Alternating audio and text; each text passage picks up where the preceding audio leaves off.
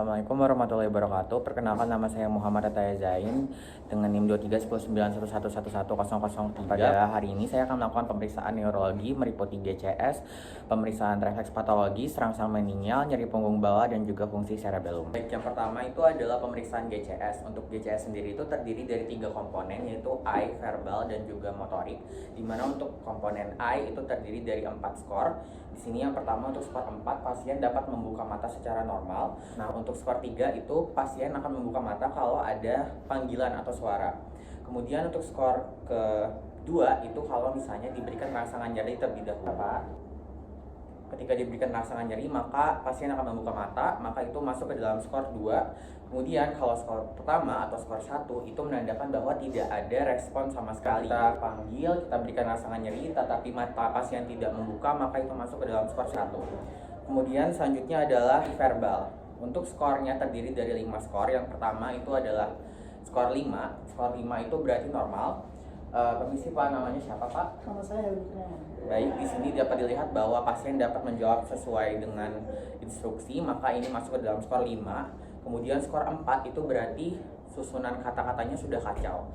Bapak berada di mana saat ini? Saya berada jam 12. Baik. Kemudian untuk skor ketiga itu pembicaranya sudah tidak sesuai konteks dan juga berisi kata-kata saja. Bisa juga berisi kata-kata umpatan atau seperti serapah. Kemudian untuk skor kedua itu pasien hanya mengeluarkan suara-suara atau rintihan saja. Dan yang terakhir itu tidak ada suara sama sekali. Kemudian untuk tes motorik itu terdiri dari 6 skor. Yang pertama itu pasien dapat bergerak sesuai dengan perintah. Bapak boleh mengangkat tangan kanannya. Baik, kemudian untuk skor kelima itu ketika harus diberikan rangsang terlebih dahulu. Permisi ya Pak. Nah, ketika diberikan rangsang maka akan ada respon yang sifatnya itu lokalisir. Kemudian untuk skor keempat itu dia berupa gerakan hindaran atau withdrawal daripada rangsangan. Permisi Pak. Misalnya saya berikan rangsangan di tangan kanan, maka pasien akan menghindar. Kemudian untuk yang ketiga itu adalah fleksi abnormal atau decorticated. Mungkin Bapak seperti ini tangannya. Nah, ini adalah bentuk dari gerakan fleksi abnormal.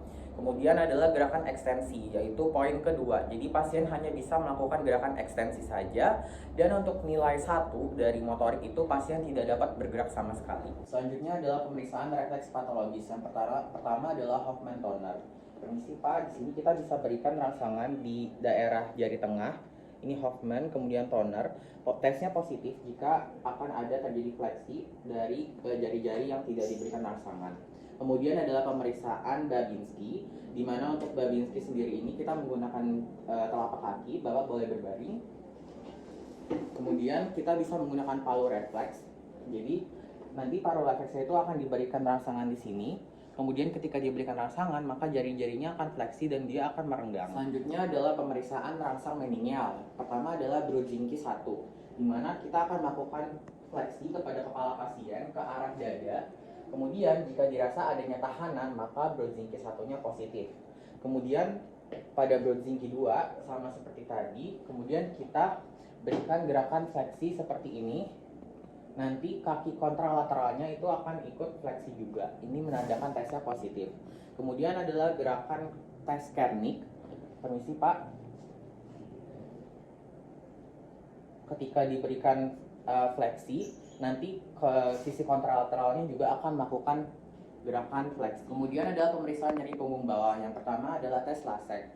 Jadi pada tungkai pasien kita akan lakukan ekstensi. Permisi Pak. Apakah terasa nyeri Pak? Begini atau nyeri? Enggak. Baik. Kalau tidak ada nyeri maka pasiennya normal. Tes dikatakan positif jika ketika dilakukan ekstensi maka pasien akan merasakan nyeri. Kemudian pada tes Bragg-Sikat itu prinsipnya sama, kita lakukan ekstensi. Kemudian pada ujungnya kita lakukan dorsofleksi. Kalau nyeri maka pasien dinyatakan sebagai positif. Selanjutnya adalah tes fungsi cerebellum. Yang pertama adalah manuver sentuhan jari. Jadi Bapak bisa seperti ini Pak. Nah, kemudian kita bisa mengamati daripada gerakan pasien. Kalau misalnya pasien dapat bergerak dengan cepat dan juga gerakannya sesuai, maka itu tesnya normal. Ketika dia ada gangguan, dia tidak dapat menggerakkan secara spontan dan lambat. Kemudian manuver tepukan tangan ke paha. Jadi pasien bisa seperti ini, Pak. Baik, kalau misalnya pasien mengalami kendala baik dari hambatan kecepatannya, maka ini menandakan adanya gangguan pada cerebellum. Kemudian tes dari jari tangan ke hidung, kemudian ke tangan. Permisi Pak, Bapak boleh menyentuh hidung Bapak, kemudian nanti Bapak bisa menyentuh tangan saya.